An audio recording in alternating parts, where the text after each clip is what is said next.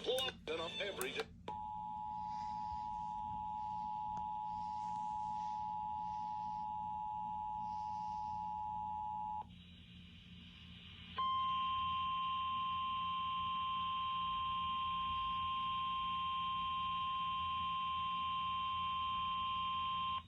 National Weather Service in State College, Pennsylvania has issued a severe thunderstorm warning for Adams County in south central Pennsylvania until 1 p.m. At 12:14 p.m., a severe thunderstorm was located over Emmitsburg, moving northeast at 45 miles per hour. Hazard, 60 miles per hour wind gusts. Source, radar indicated. Impact, expects damage to roofs, siding, and trees.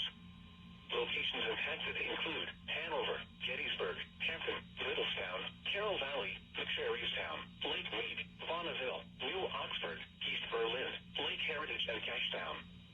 Remain alert for a possible tornado. Tornadoes can develop quickly from severe thunderstorms. If you spot a tornado, go at once into the basement or small central room in a sturdy structure. For your protection, move to an interior room on the lowest floor of a building.